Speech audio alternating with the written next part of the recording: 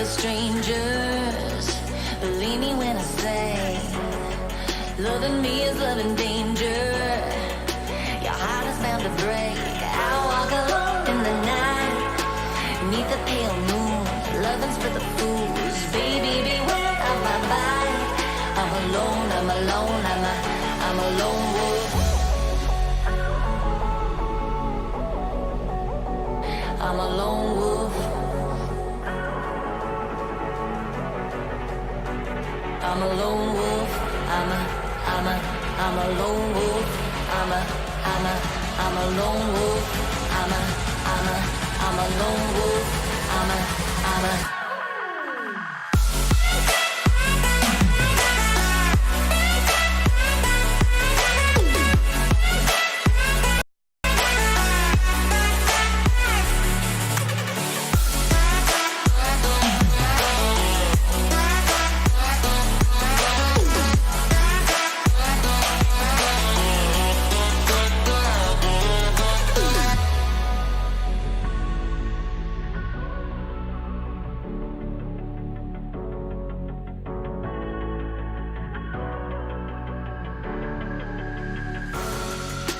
creeping through the shadows and the corners of your mind.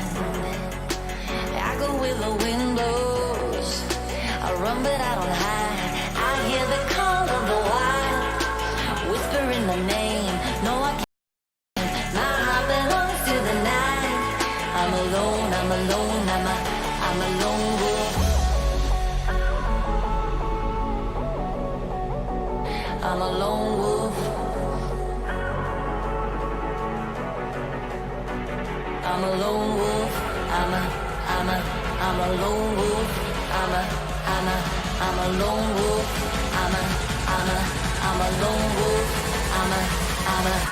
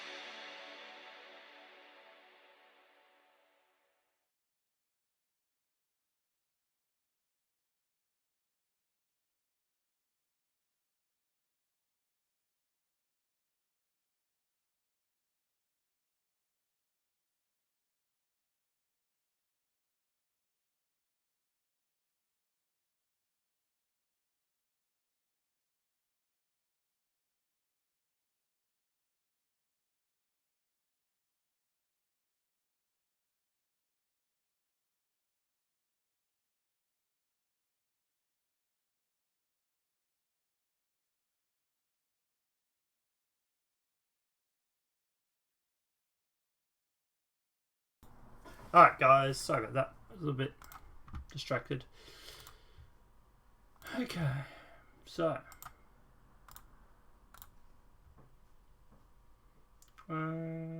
face rig needs to be open, of course.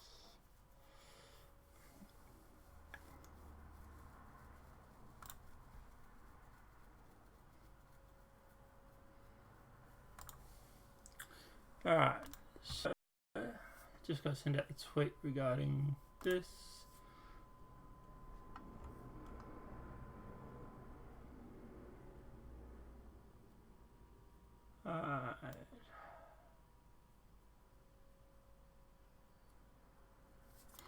Unfortunately, we're going to be talking about Creepy Joe again today.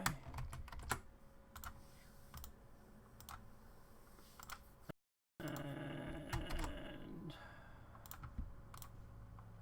go on. Alright. Okie dokie, let's jump into it.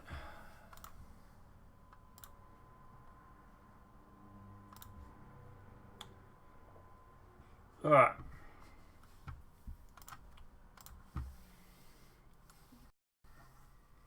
Alrighty.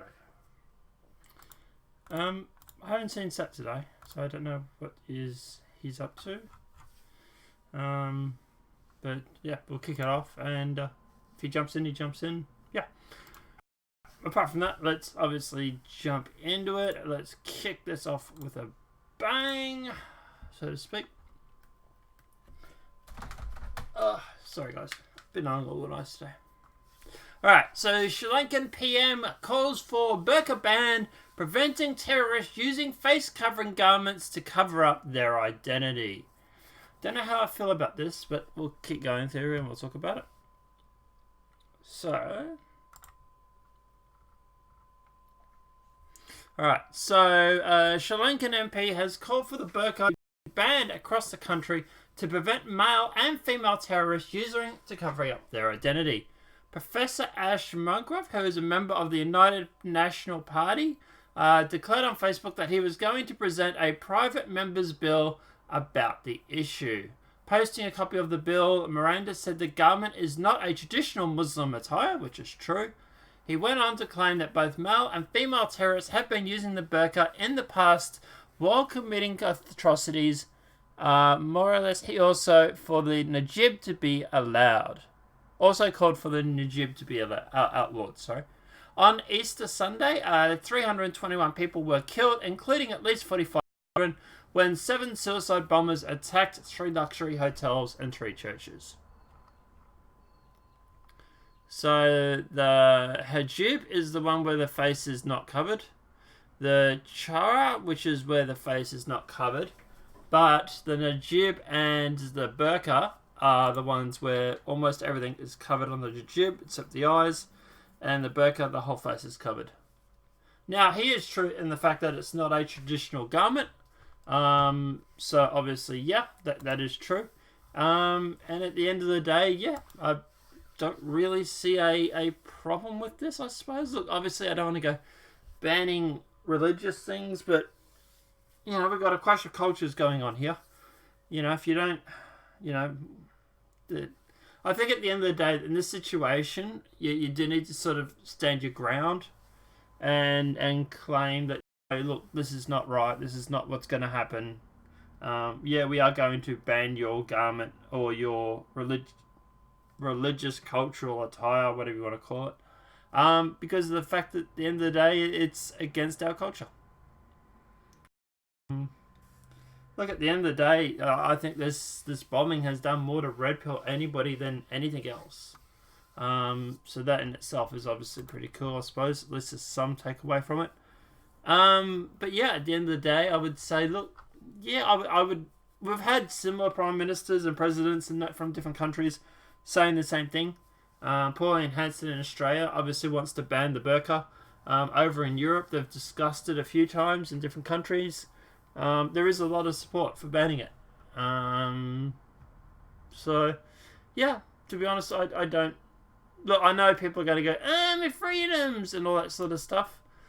But, I don't know. What do you do? Do you allow it under the Freedoms Act? Or do you sort of stand your ground and say, no, we're not going to allow a bunch of terrorists and terrorist sympathizers to wear this garment and possibly cause atrocity? It's a very slippery slope, I know.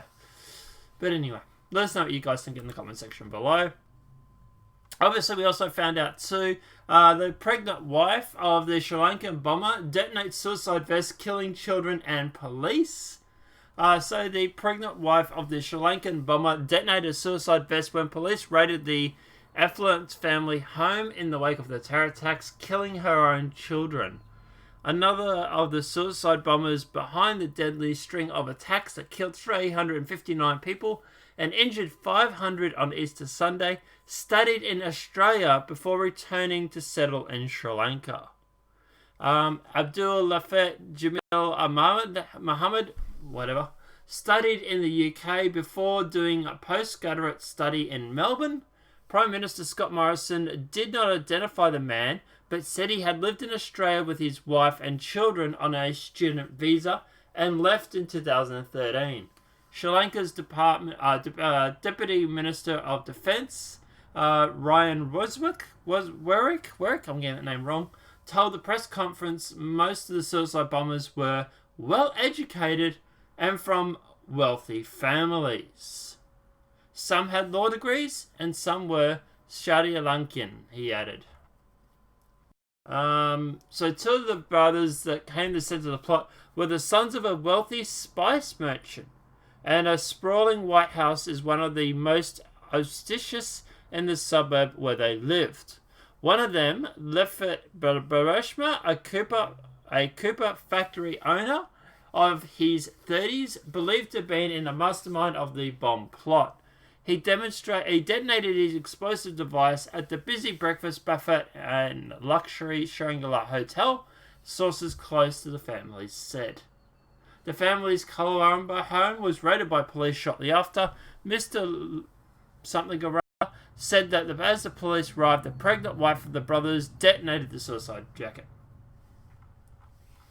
I suppose at least it's the family that obviously won't be pushing this dangerous ideology, so good riddance. I don't have really much to say about that, to be honest, so good luck to them, I suppose. Sri Lanka orders all Catholic churches to suspend service in the wake of the Easter attacks. Sri Lanka's Catholic Church have suspended all public services over the security fears as several suspects remain unaccounted for over the Easter attack. So this was done on the 25th, which is a couple of days ago. On the advice of the security forces, we're keeping all churches closed, a senior Catholic priest said. Private services for burials will still be carried out, but no public masses are scheduled until further notice. Kind of seems like you're letting the terrorists win if that's the case. I know, I get it. You don't want, obviously, to have these sort of targets and stuff like that. I get that. But you're seeming, I don't know, it just seems like you're letting them win. But anyway. And obviously at the end of the day, very interesting story here because Daily Mail actually changed their headline. So it was something along the lines of masterminds. Let me see if I can pull it up. So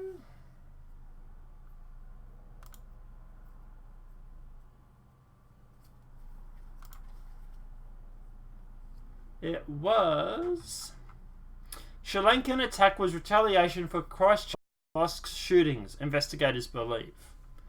That was the original headline for the story. Interesting enough, is now been changed to Sri Lanka mourns its bomb victims as people across the country honor 3-minute silence ahead of first mass funerals. So, I actually had to go through and do a control find for here. The primary investigations have revealed what happened in Sri Lanka on Sunday was in retaliation for the attacks against Muslims in Christchurch. State Minister Defence Rahel Windmari, I might be mispronouncing, told Parliament. This is when white supremacists allegedly slaughtered 50 worshippers at the mosques in New Zealand of Christchurch on March 15th while live streaming the shooting on Facebook. Among those being buried today was the burial of Joseph, who was killed during prayers along with his 5 sons. So my question about this is, why are they changing headlines? Why did they change it from retaliation for New Zealand attack to that? That would be my... And you can see here it says updated. It was updated hours later. And there is no note that I can see on why they changed the heading. So, yeah, interesting. Alright, let's jump into some Trump news, because I'm sick of talking about Sri Lanka for the moment, at least anyway. So let's just jump straight into this. So Trump announces US withdrawal from UN arms trade treaty. So President Trump announced Friday that his administration is withdrawing the US signatures from the UN Arms Trade Treaty in response to concerns from gun rights activists that it could impede on America's right to bear arms. Under my administration, we will never surrender American sovereignty to anyone. We will never allow foreign bureaucrats to trample on your Second Amendment freedom, and that's why the administration will never ratify the UN Trade Treaty, Trump told audiences at the National Rifle Association annual meeting in Indianapolis. I'm officially announcing today the US states will revoke the effect America's signature from this badly misguided treaty. We're taking our signature back, he said. Former President Barack Obama signed the treaty in 2013 and sent the treaty to the Senate for ratification. On Friday, Trump signed a notice to the Senate asking it to stop the ratification process and return the treaty to the White House, where I will dispose of it. The treaty seeks to regulate international trade in conventional arms, including everything from tanks to small arms, specifically looking to prevent and eradicate the illicit trade in conventional arms and preventing their diversion. As for whether this is going to go against your First or Second Amendments, I don't think so. I know he's trying to say that it does, but I don't see how this goes through and affects the the Second Amendment when it comes to US. So at the end of the day, I think this is not about that. I think he's misleading people a little bit. I think this is more about them being able to sell weapons and arms to other countries, drug lords and stuff like that. It's the gun running business. That's my view of it. Buffering, has it? Oh, okay.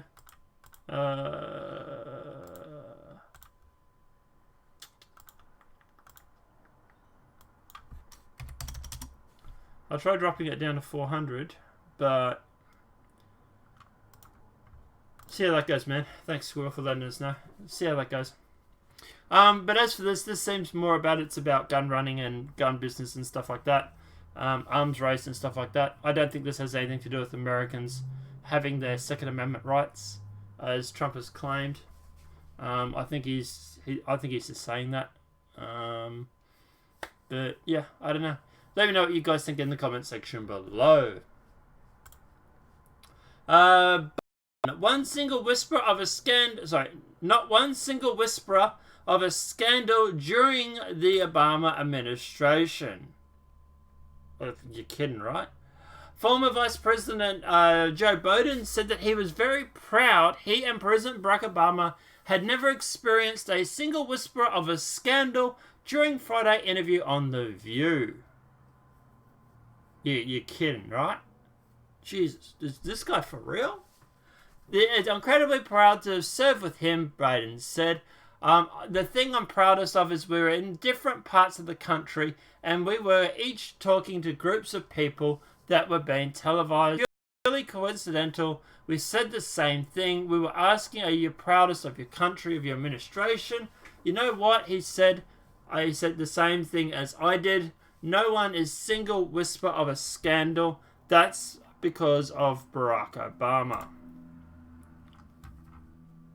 The Daily Caller has reported on multiple scandals during the Obama administration years with the White House, including paying the Iranian government millions in secret cash, allegations that the Obama Department of Justice officials attempted to hack Sherry Atkins' personal device, as well as a scandal that involved the International Revenue Service allegedly targeting conservative groups. It's possible Biden was just talking about his own experience during the 8 years in administration head office, which of course has been ignored on very recent scandal. Biden is facing accusations from at least one individual of inappropriate touching and others unwanting actions. Some of the potential president's candidates vehemently denies. To be honest, this sounds like derangement syndrome. Like, no, we were never involved in a single scandal. Like, Jesus Christ. Like, Uranium One? Or you know, like, for example, you know, like, Obama and locking up journalists or anything along those lines is not a scandal? It may be the connection. Yeah, mine seems to be okay, man. I've got it playing on the other screen. It seems to be fine. But, yeah, I don't know. But yeah, look, at the end of the day, to say that Obama had no scandals is ridiculous. It really, really is. Like, yeah. Even him getting the Nobel Peace Prize in the first 6 months of being in office and literally dropping more bombs in third world countries than anyone else and any other president. Like, it's just, it's absolutely insane to even suggest that. It really, really is. But Joe Biden can't keep his thoughts straight. So Vice President Joe Biden has a message for the public on his unwanted touch scandal, sort of. The former Vice President sat down with the host of The View to address the recent publication of scandals, talking about his presidential campaign. I thought an articulate conversation ensued. And we do have that video now. Please welcome former Vice President Joe Biden.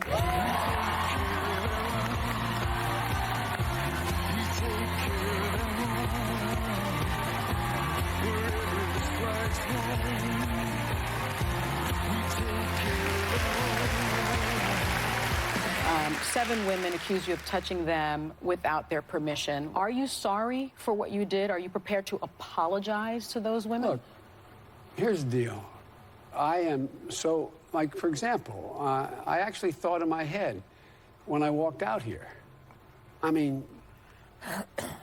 do I... I know. We're friends. It's tricky. No, but I should be able to read better. But I have never in my life done anything in approaching a woman that has been, other than trying to bring solace. I'm used to, like one of your staff was, I think it's really important we listen.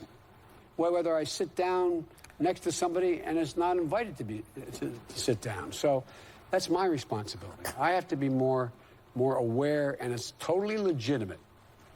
But anyway, I think it's legitimate, and I think it is. What the fuck is he saying? But I don't think anyone's ever said. But they have also said, we'd like an apology. Well, look, I'm really sorry if they. Nancy Pelosi wants you to say, "I'm sorry that I invaded your space." Sorry, I invaded your space. I mean, I'm he sorry really this doesn't seem happened. that sorry, does he? But I'm not sorry. Like, yeah, he really doesn't seem that sorry about what he said. So, yeah. Sorry, I'm not sorry. It's pretty much accurate, actually, Squirrel. Sorry in the sense that, look, I was. Anyway. Well, here's your opportunity right now to just say you apologize, you're sorry. I think we can clean this up right now. Well, by the way, I did. I understand. Right.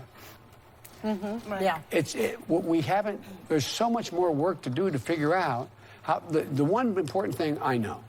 Well, I tell you what the deal was. I did not.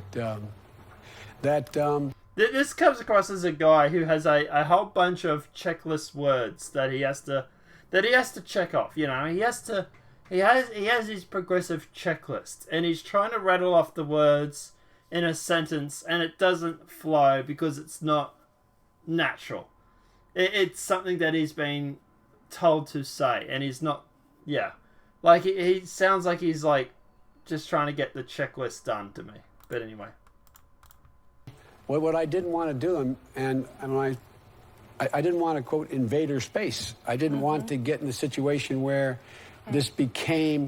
And then when I heard all this about and it was legitimate, expecting a call every time the phone rang.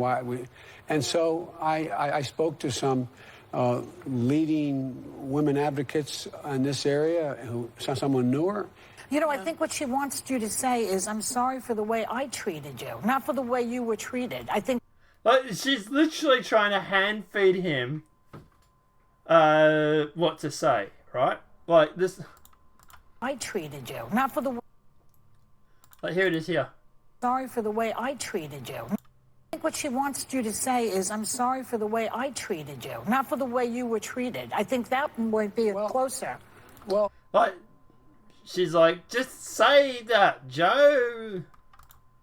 But I'm sorry the way she got treated. In terms of, I never heard say, if you go back and look what I said and didn't say, is that not one single... Yeah, Megan looks like she's about to jump over the counter and punch him in the head.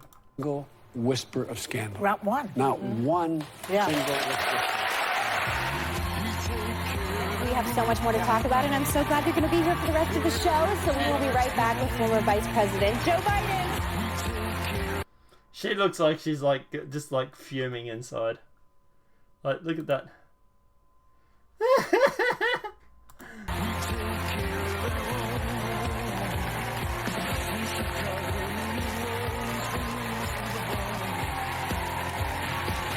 So yeah, that was him on the. Oh, holy shit!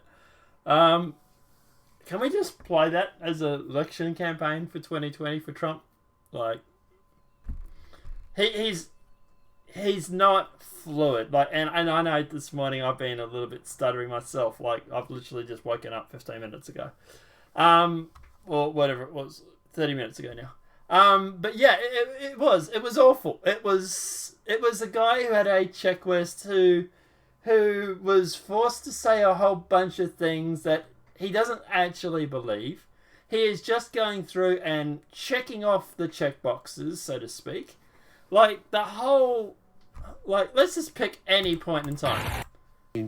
A woman that has been, other than trying to bring solace, I'm used to, like, one of your staff was... I'm used to, I think it's really... Her face is just priceless.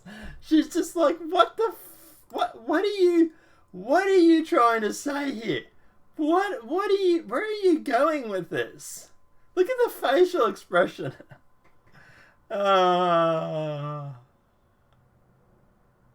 Holy dooly. But obviously, Rob Reiner has endorsed Joe Biden. He'll restore our souls and standing as a leader of the free world. Hollywood director and left-wing activist Rod Rosenstein endorsed former Vice President Joe Biden for President 2020, declaring that he will restore our souls and standing as leader of the free world. We have a great field of candidates running for president. Okay, sure, if you say so. Rob Reiner wrote on Twitter, "We should be supportive of them all, but if there was a time in our nation's history that needed someone to restore our soul and standing as leader of the free world, it's now." Hashtag me too, yeah. I can tell you guys what's going to happen, and I'll tell you my predictions after this. Joe Biden claims world leaders begged him to run against Donald Trump.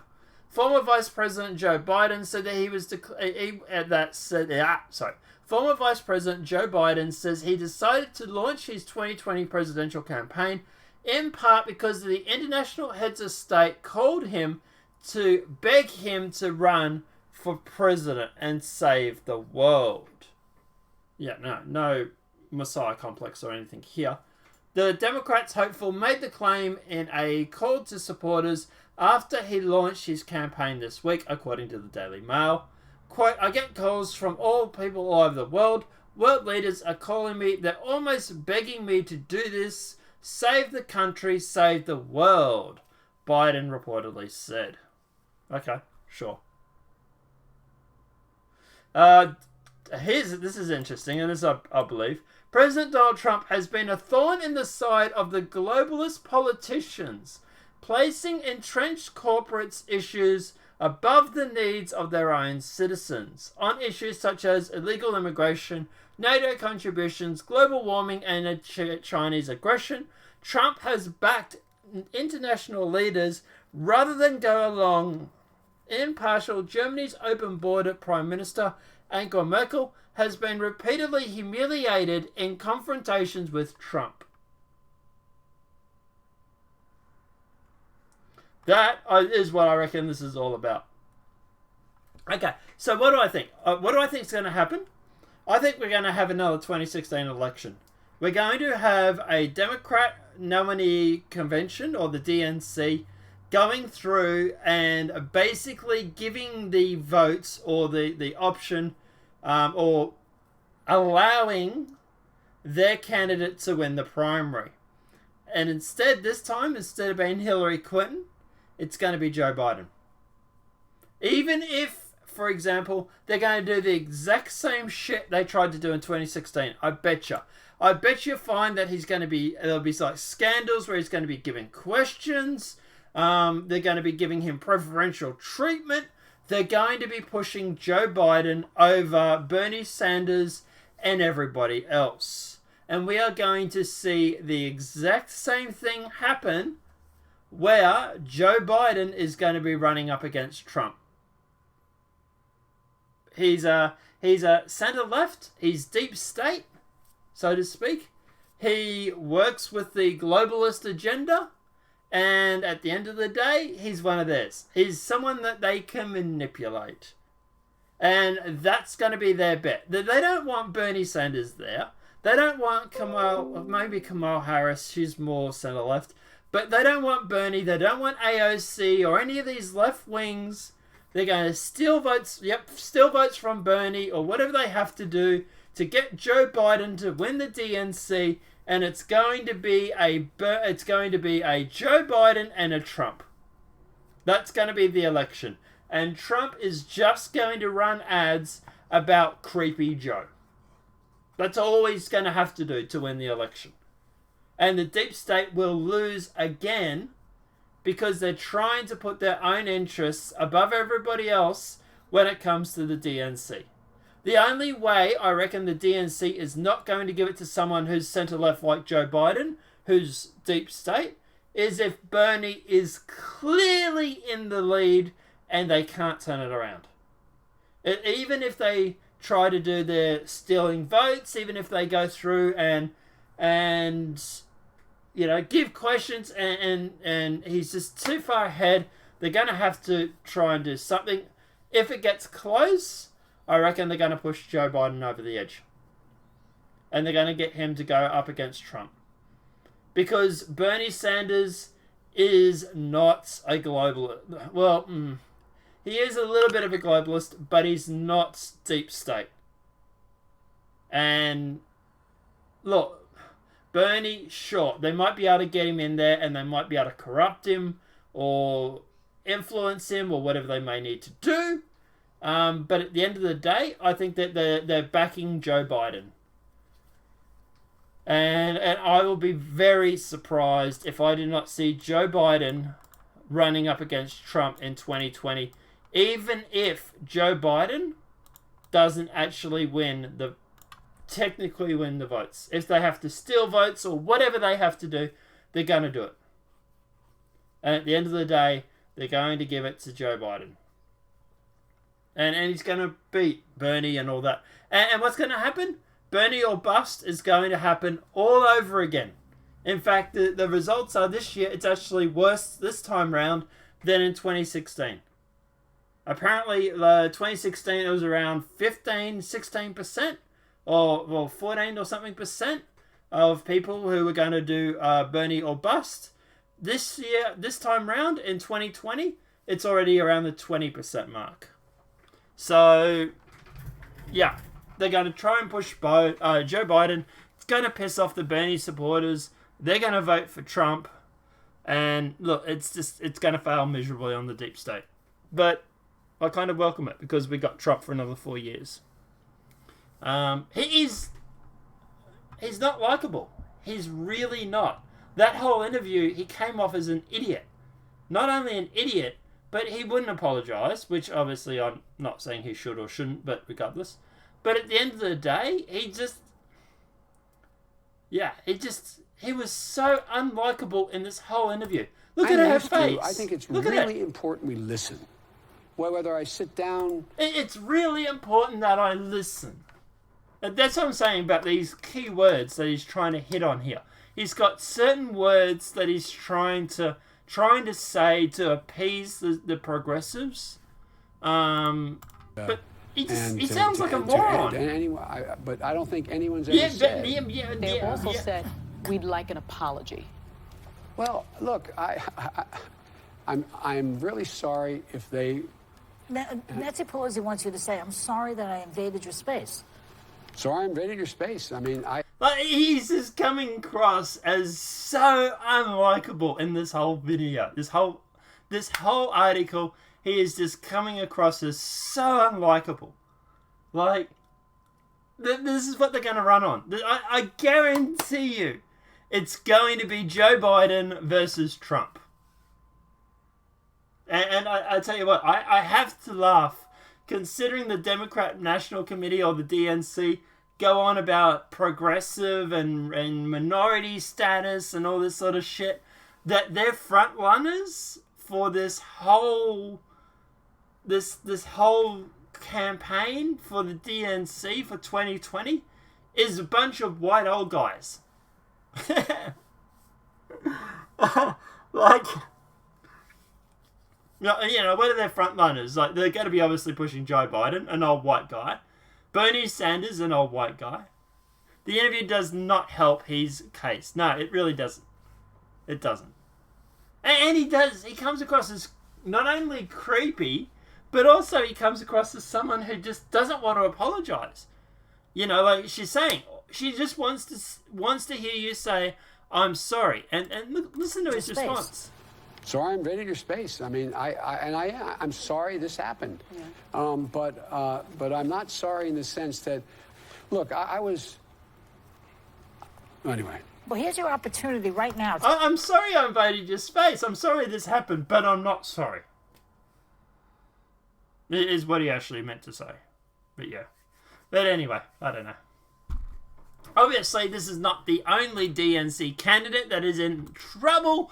Kamala Harris owns a handgun. That disqualifies for the 2020 Democrat in my handbook.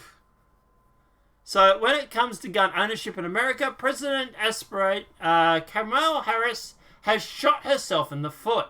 At a time when Democrats are toughening their position on gun control and seeking it to make a core issue in the 2020 campaign, the California senator has conceded that her personal relationship with guns is unique among the major Democrat presidential contenders.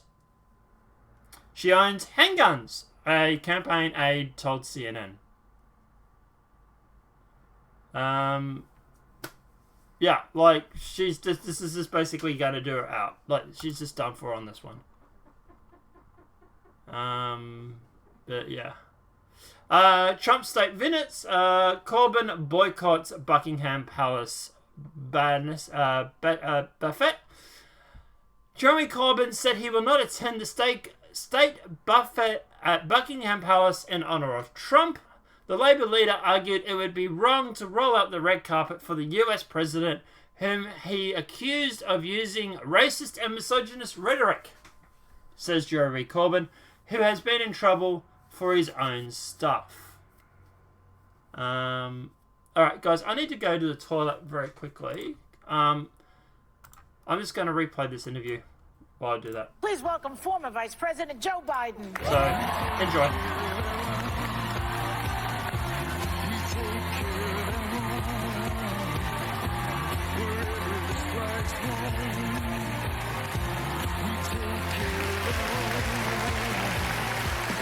7 women accuse you of touching them without their permission. Are you sorry for what you did? Are you prepared to apologize to those women? Look, here's the deal.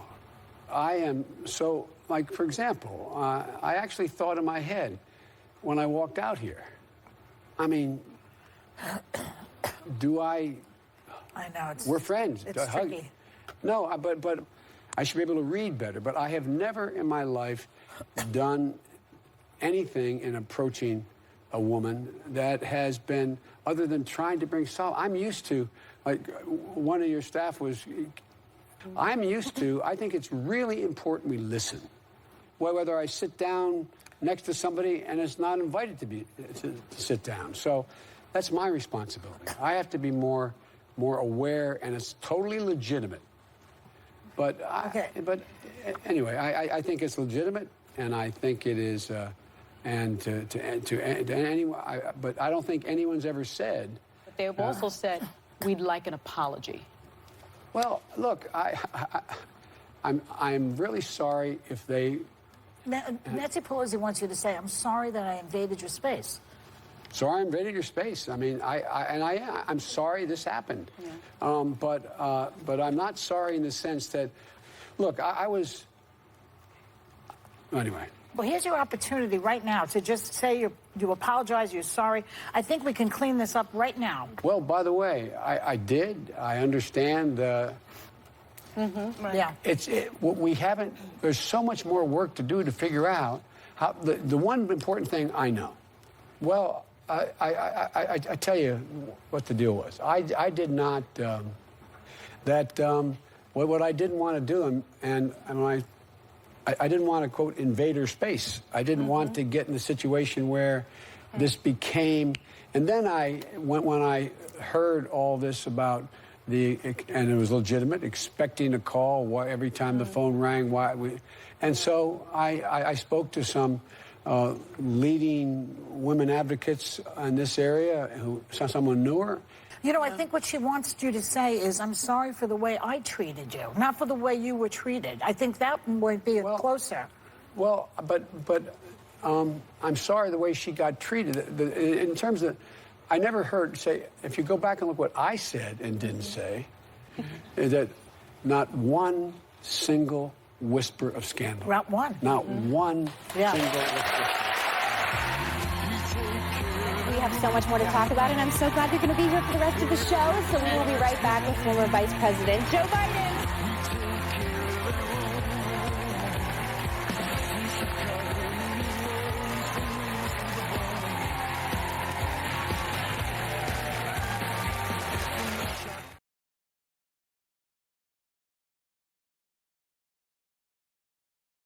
Alright, I'm back. Sorry about that, guys. I gotta stop eating right before I do a live stream because it makes me want to poop. But anyway. But like I say, yeah, that's just going to be Trump's campaign for 2020. He's just running this interview. This is Joe Biden. He's running against me. Who would you rather? That's Trump's 2020 campaigns. Yeah. It's just running this interview over and over and over. But anyway.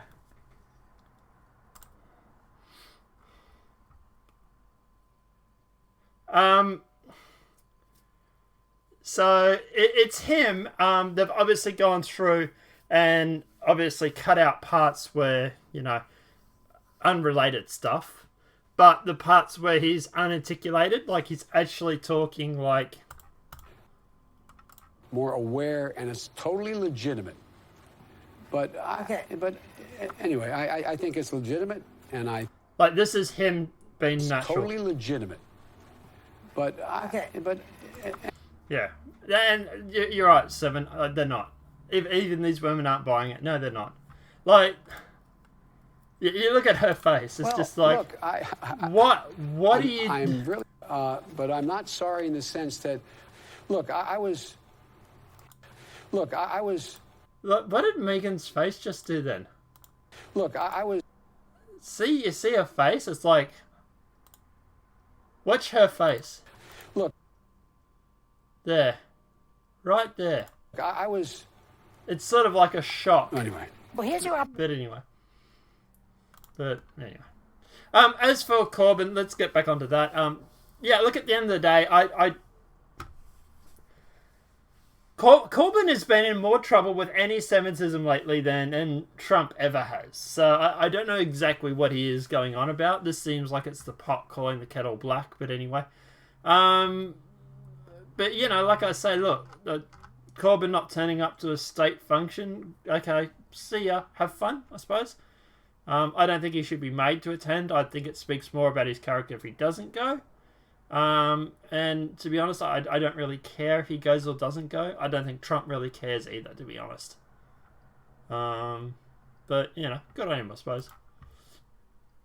Elizabeth Warren says doctors and nurses don't treat black women the same way as other women.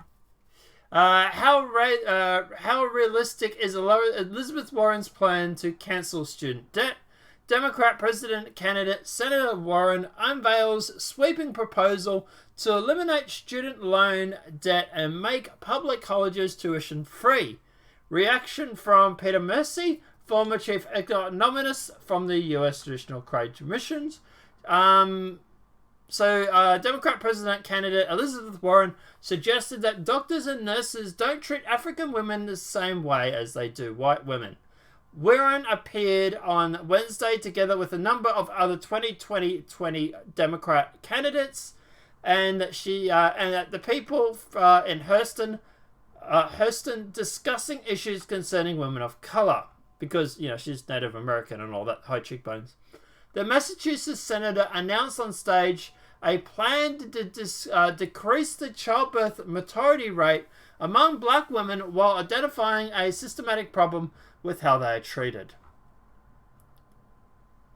There are specific problems, as you know, right underdefined for women of colour who are 3-4 times likely to die in childbirth.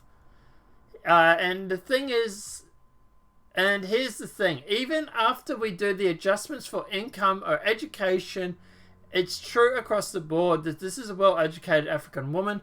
For wealthy African women, the best studies, and I'm seeing, is putting down to just the prejudice, she added.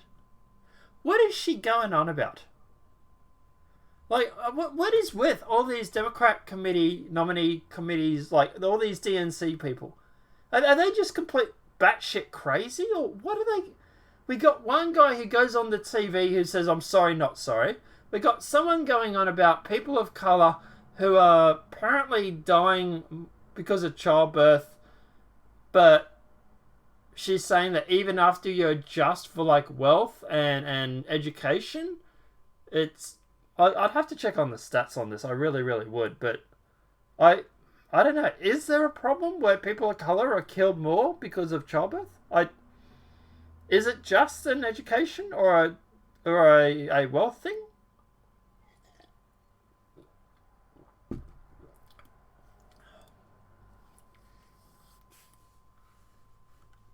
The doctors and nurses don't hear African American women's medical issues the same way they hear things from white women, apparently.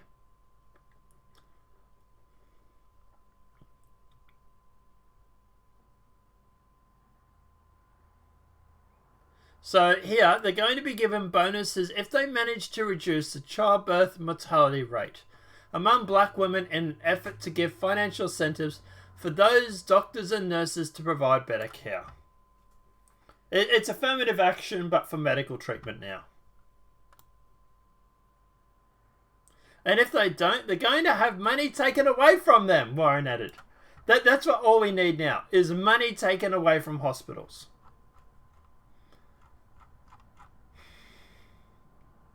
I want to see hospitals see their responsibility to address this problem head on and make it a first priority. How about we just lower the infant rates across the board? Why does it have to be a black versus white thing? Oh, that's white, because they're a bunch of race-baiting Democrats, but, you know, still. 31 believe Trump is exonerated after Mueller report. 56 oppose impeachment. So, Donald Trump's approval ratings is essentially unchanged in an historic Week 39 precedent after the release of the Mueller report. Just 3 in 10 Americans accepted the president's claim to have been exonerated, and 58% in the latest ABC News Washington poll say the president lied to the public about matters the special counsel investigated. Now, obviously, they're going to go through and they're going to screw this to suit an agenda because it's ABC News. So, for example, if I was to go through and look at this, I imagine that's done. I imagine this is done in heavy Democrat areas. Did Trump obstruct justice? Yes, no. I mean, that's pretty much yeah. Should Congress be in impeaching proceedings? 56 say he should not, or they should not. Did Trump tell the truth about the investigation? He told the truth, he lied. They reckon 58% reckon he lied. Like I say, I imagine if I go through and check this out.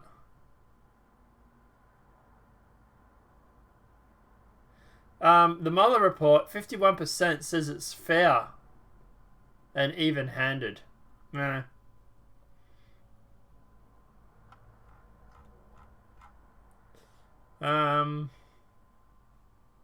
Did Russia undermine the legitimacy of the election? Did not undermined or undermined? Does foreign interference threat legitimacy of the 2020? 53% say threats.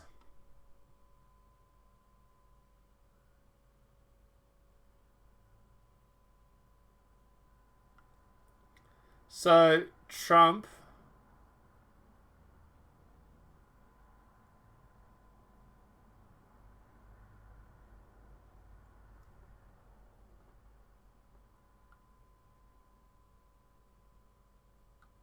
So they reckon Obama has a higher rating of approval to disapproval than Trump does right now. I think that's a load of crap. So like I say, I would say this to me, this is heavily skewed against Trump. So I wouldn't go taking anything that this says, to be honest.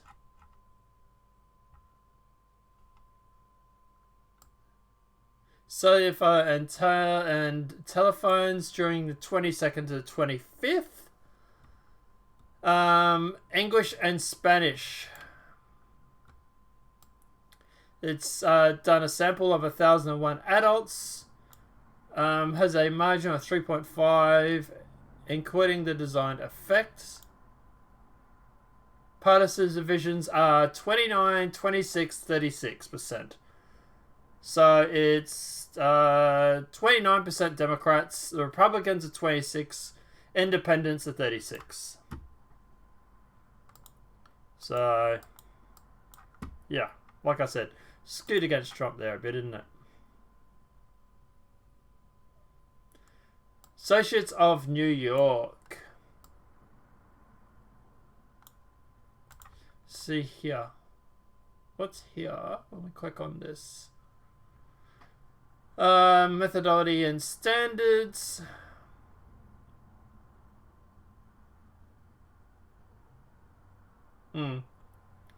It's not just that too, but with polls, if you want to go through and you want to skew a poll against someone, then you just simply go to his opposition states. It's easy to do.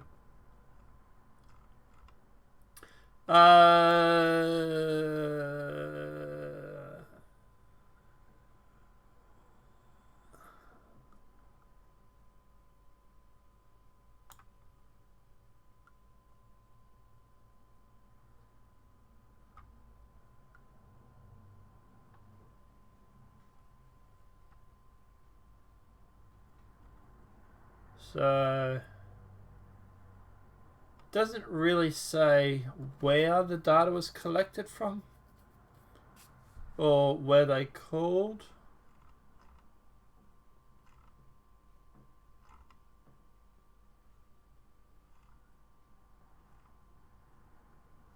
I imagine it was New York or something like that, some blue state, which is what they normally want to do. So like I say, I think Trump's approval rating is higher than what they're claiming here. So that in itself is sort of making me tend not to believe it. They claim that the average president average approval ratings at nearly 2 years and 3 months, they're claiming that Trump's is at around 38%, is it? 38%. So I think it's actually higher than that. But yeah. Impeachment support sinks to new lows. The new poll shows support for impeaching President Trump has sunk to a new low following the release of Special Counsel Robert Mueller's report on the now debunked collusion between 2016 campaign and Russia. So this is obviously regarding the same thing here. Like I say, obviously I don't believe this poll too much, but obviously they're talking about it.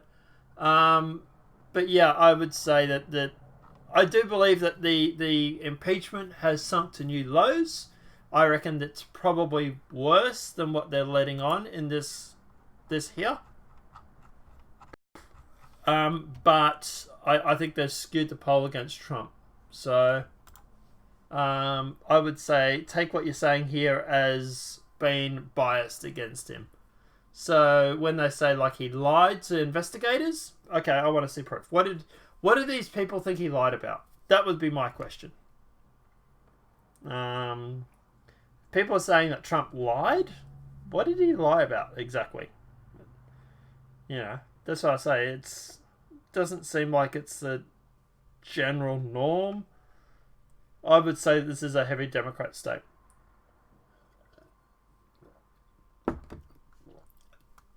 US economy grows 3.2% in Q1, smashing expectations.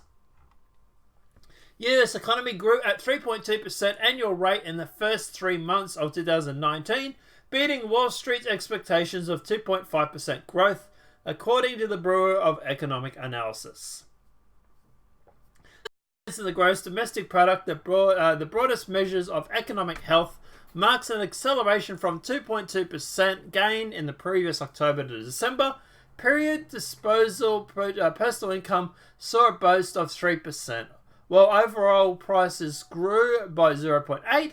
The first quarter inventory rebuilding added 0.7%. So well done, America. You're doing well, I'd have to say. So 3.2% annual rate. It's not bad. It's considering they were putting it at 2.5. Obviously, anything better than 2.5 is good news. So yeah, U.S. economy is still doing really, really well. Sooner or later, that is going to flatline. Because at the end of the day, it's only going to be able to get to a certain point. But it looks like it hasn't tapped out yet. And it looks like it's still got a little way to go. If it's jumping 3.2%, that's pretty good. So I would say, well done, America. Well done, Trump. So yeah. Donald Trump, I'm guilty of being a greatest president and the Democrats don't like it. I don't know if you're the greatest president, but you're definitely doing a good job, that's for sure. I am guilty of anything. It's the greatest president and the Democrats don't like it, President Donald Trump told reporters on Friday after questions related to the Mueller report. Like I said, I don't think he's the greatest president. Is he one of the better ones? Yeah. But I wouldn't say he's the greatest. So, yeah. Look, and no shade. Look, I say he's doing a bang-up job. He's doing a really, really good job. But I would not say that you're the greatest. That seems a little egotistic for me, but yeah. 5 times deported illegal alien charged with kicking baby to death. 5 times deported illegal alien has been arrested and charged with kicking a 4-month-old baby to death in Shelby County, Tennessee, after learning the child was not his. Woof. So I suppose once you go black, you do come back, I suppose.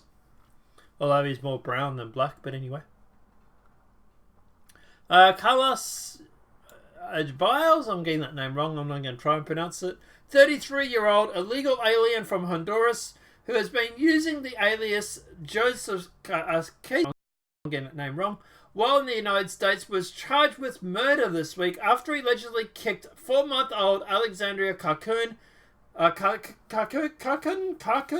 to death on April 12th.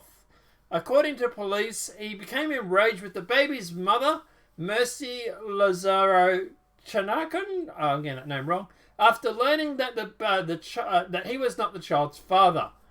That's when he struck Alexandria multiple times until he was unresponsive. So, yeah. Baby mama went out and had a baby daddy, and he got pissed off because the kid wasn't his.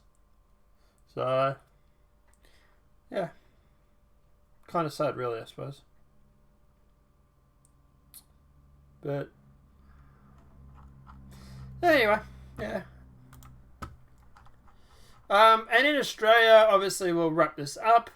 They came out of Avengers, counter-terror police arrested two at Melbourne Church. A man and a woman were dramatically arrested near Melbourne Church and led off in hazmat suits of what called police a routine operation. Because apparently the police getting dressed up in hazmat suits and storming people outside a church is now nothing but routine. Sure. A man and a woman have been dramatically arrested and led away in hazmat suits in counter-terrorism operation near North Melbourne Church. Makes you wonder what they were doing at the church. Witnesses described an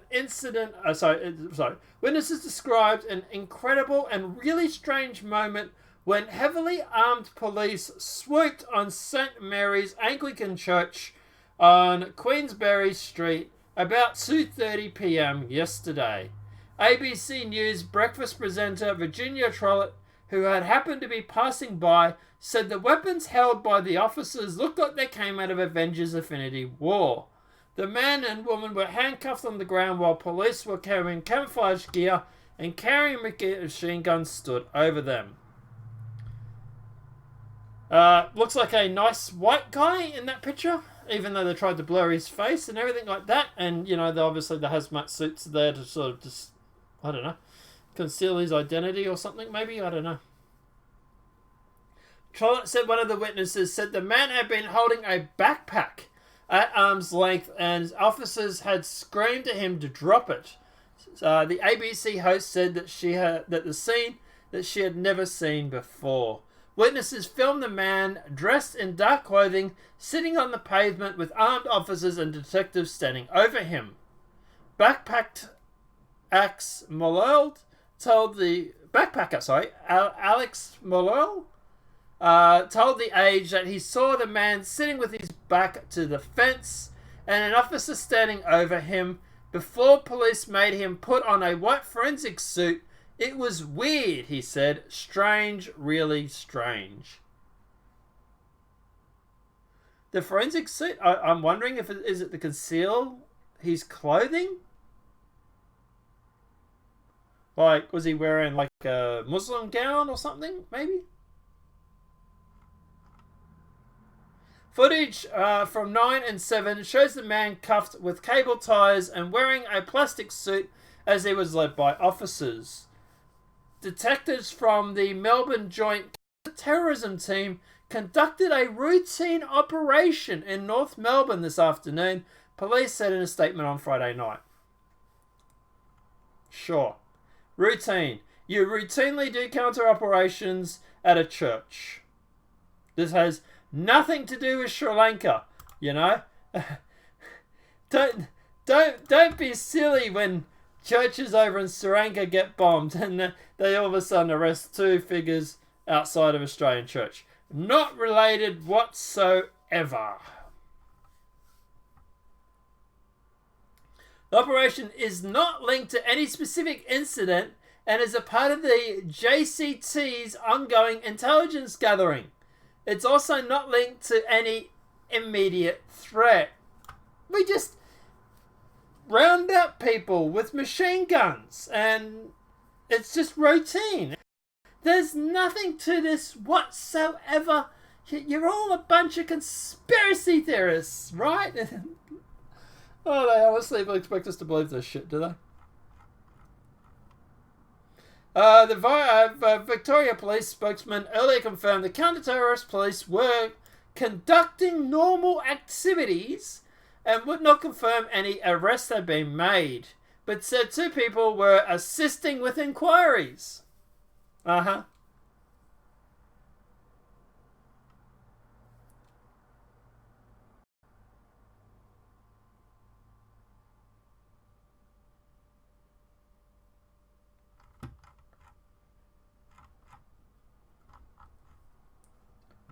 No, I don't think it's a drill squirrel. I think some guy he had a backpack. They told him to drop it. Right? We know the guy over in Sri Lanka who detonated the restaurant. He had a backpack. I think it was one of those. I think he was going to try and blow up the church.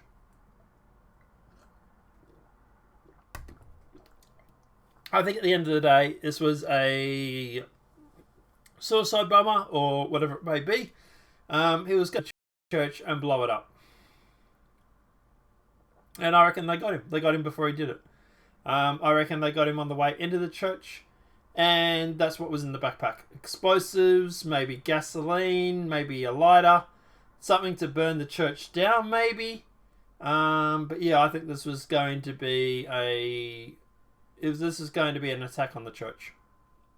I don't think this is a drill. I don't think this is anything. I think this is anything but routine.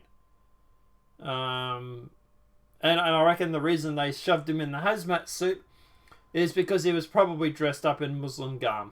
And they don't want people to see that. They don't want people to see it because at the end of the day, that will help people put 2 and 2 together. And they're going to say, Muslim going into a church with a backpack, from my understanding of what he is anyway. And my guess would be he was Muslim. Going into a church, what was he going to do? Most likely blow it up. Or burn it to the ground. And that's what they're trying to... They're running interference because they don't want people to assume or to know that. So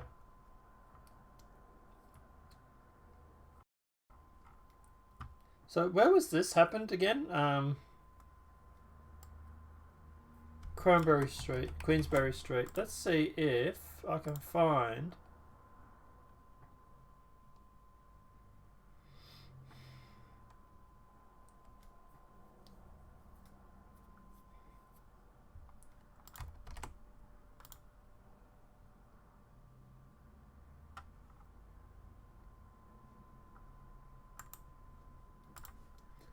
So we do have this article.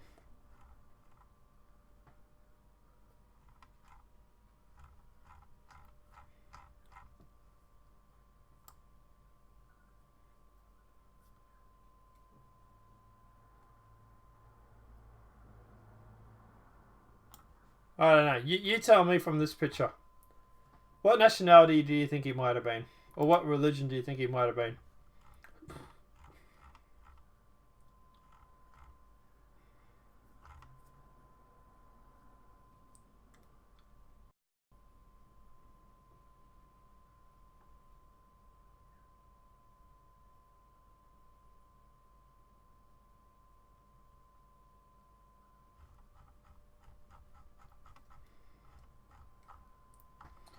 Yeah, doesn't really say, does it?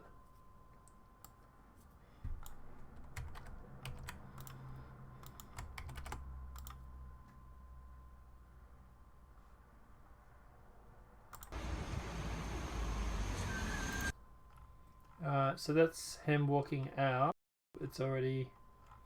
Trying to find a video of him before they stick the hazmat suit on him.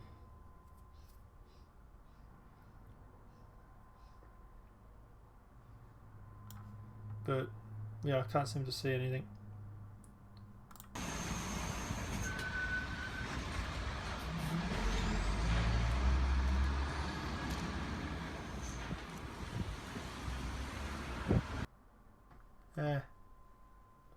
But anyway,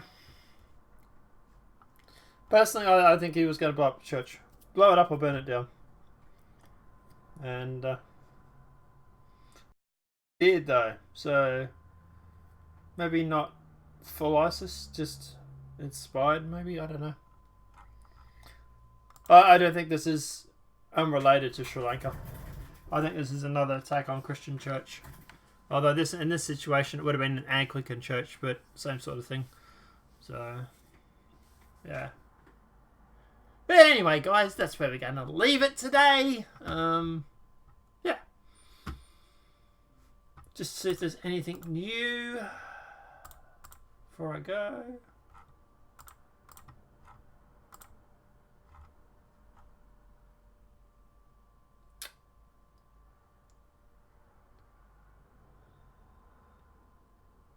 No.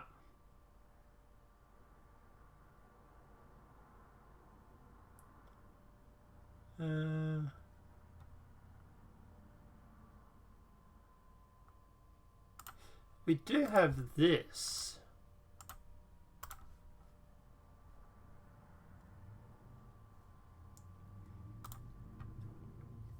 This might be interesting.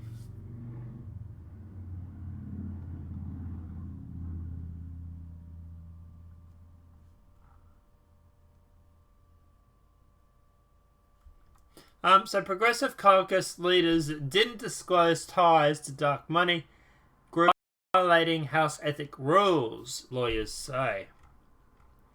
So the Congressional Progressive Caucus, 2 leaders could face civil and criminal penalties for omitting their membership on dark money group's board in their House financial disclosure statement, legal experts told the Daily Caller News Foundation. The 2 co-chairs of the Progressive Caucus, Pramila Jayapal of Washington and Mark Puckern of Wisconsin, served on the board of the Congressional Progressive Caucus Center in 2017, according to the nonprofit's 990 tax return or tax form for the year, and most recently available. But neither lawyer disclosed their board position on their 27 financial disclosure statement, as required by the House Committee Ethics. So, well, obviously see how this goes, but yeah. Errors on financial disclosure statements aren't uncommon.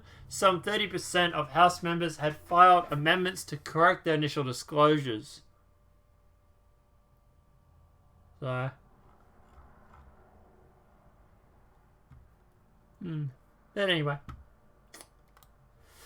apart from that, guys, like I said, yeah, we'll wrap it up today. Obviously, this is the last show for the week. But yeah, apart from that, guys, obviously, unless anything happens over the weekend, any major